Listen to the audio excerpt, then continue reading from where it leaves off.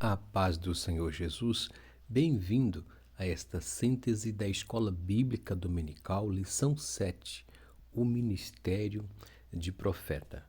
Sou presbítero e professor Idailton Ruas e estamos nessa lição 7, Ministério de Profeta.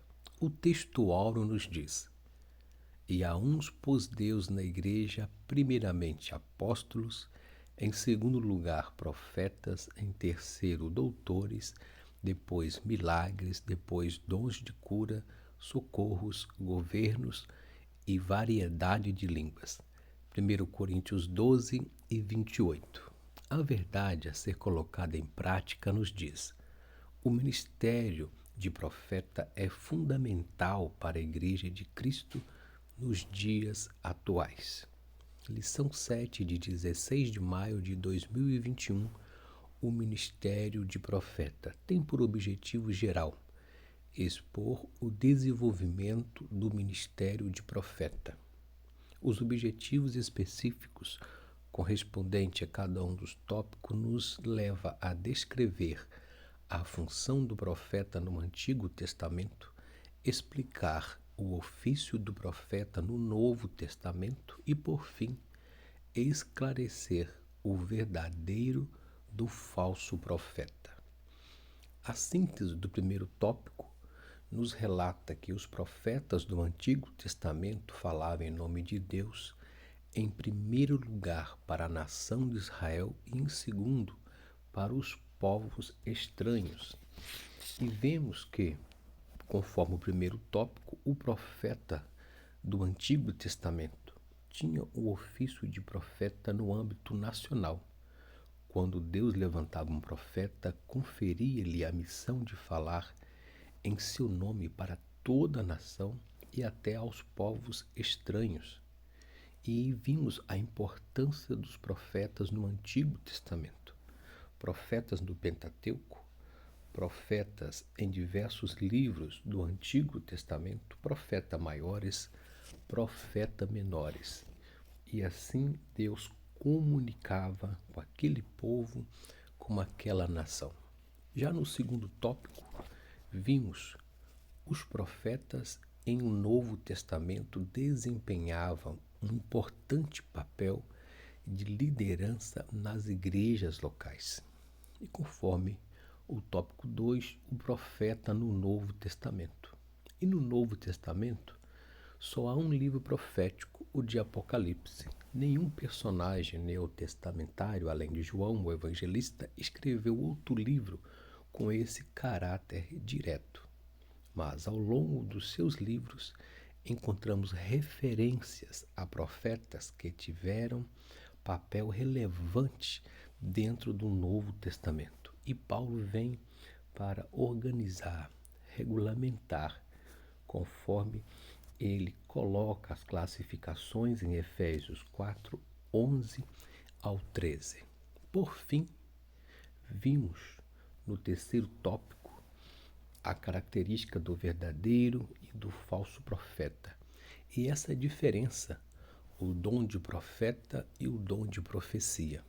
No capítulo 5, na lição 5, quando discorremos sobre os dons de elocução, tecemos comentários sobre o dom espiritual de profecia, conforme 1 Coríntios 12, 10. Nesse capítulo, o foco do estudo é o dom ministerial de profeta, Efésios 4 e 11. De início, parece não haver diferença entre um e outro, mas há aspectos a considerar. E para isso, o dom de profeta não é para todos. Examinando o contexto do capítulo 12 de 1 Coríntios, podemos verificar e concluir que os dons ministeriais não são para todos os crentes na igreja local. Diz o texto: E a uns pôs Deus na igreja, primeiramente apóstolos, em segundo lugar profetas e em terceiro doutores, depois milagres, depois dons de curar, socorro, governos, variedade de línguas. 1 Coríntios 12, 18. Note-se que o texto diz: a uns pôs Deus na igreja. Isto mostra que Deus não pôs todos, mas uns. Na lista de Paulo aos Efésios, vimos: a ele mesmo deu uns para apóstolos, e outros para profetas, e outros para evangelistas, e outros para pastores e doutores, querendo o aperfeiçoamento dos santos para a obra do ministério, para a edificação do corpo de Cristo. Efésios 4, 11 e 12. Quando o escritor diz uns e outros, fica bem claro que tais dons não estão à disposição de todos os crentes. Diz a Bíblia de Estudo Pentecostal: como dom de ministério, a profecia é concedida apenas a alguns crentes, os quais servem na igreja como ministério profetas. Aleluia. No entanto, percebemos que esse ministério visa o aperfeiçoamento dos santos para a obra do ministério e a edificação do corpo de Cristo. Agora, como conhecer o profeta? Quais as características do verdadeiro profeta? Ele só diz o que ouve da parte de Deus. Outro ponto, a evidência da confirmação de Deus na sua profecia. O verdadeiro profeta é confirmado por Deus.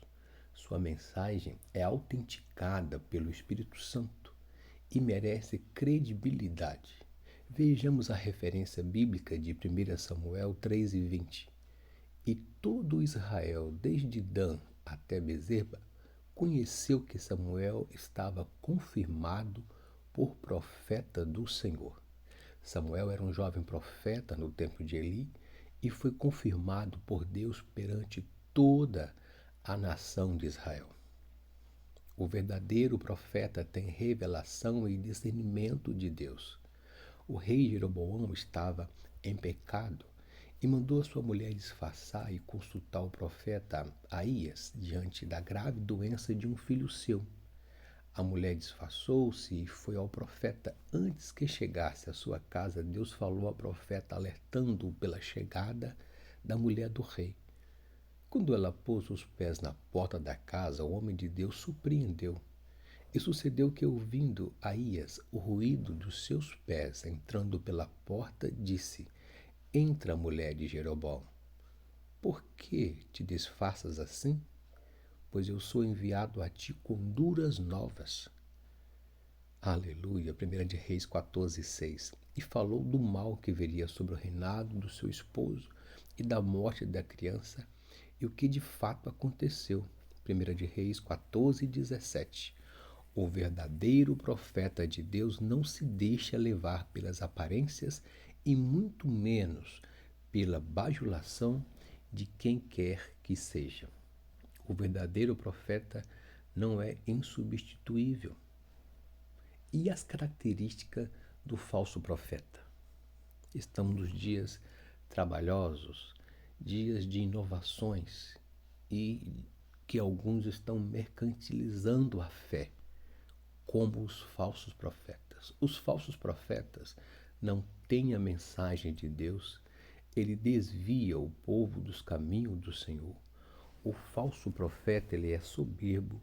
Os falsos profetas são como lobos devoradores. Os falsos profetas vivem na iniquidade, e para estes virá o castigo do Senhor de uma forma repentina.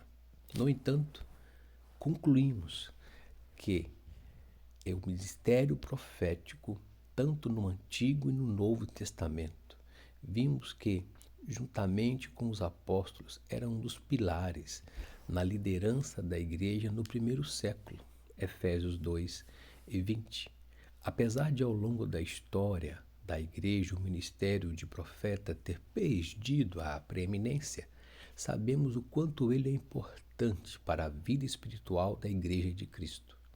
O profeta do Senhor, com autoridade e sabedoria divina, deve desmascarar as injustiças, o falso profetismo e primar pela edificação da igreja do Senhor Jesus. que Deus levante cada vez mais legítimos profetas. Aleluia.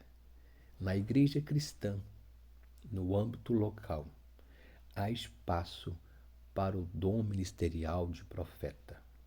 Esse dom não é disponível para quem o busque, mas para quem é chamado por Deus com a missão de desenvolver um ministério ou serviço na casa do Senhor.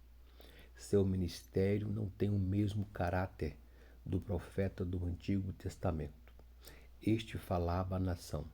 O profeta do Novo Testamento fala para a igreja local, com vistas no aperfeiçoamento do crente para a obra do ministério e para a edificação da igreja. Deve haver discernimento de espírito por parte da liderança e no meio da igreja local para que os lobos devoradores, travestidos de profeta, não causem estragos no meio do rebanho do Senhor Jesus. O meu muito obrigado pela sua atenção e até a próxima síntese da Escola Bíblica Dominical. Deus os abençoe.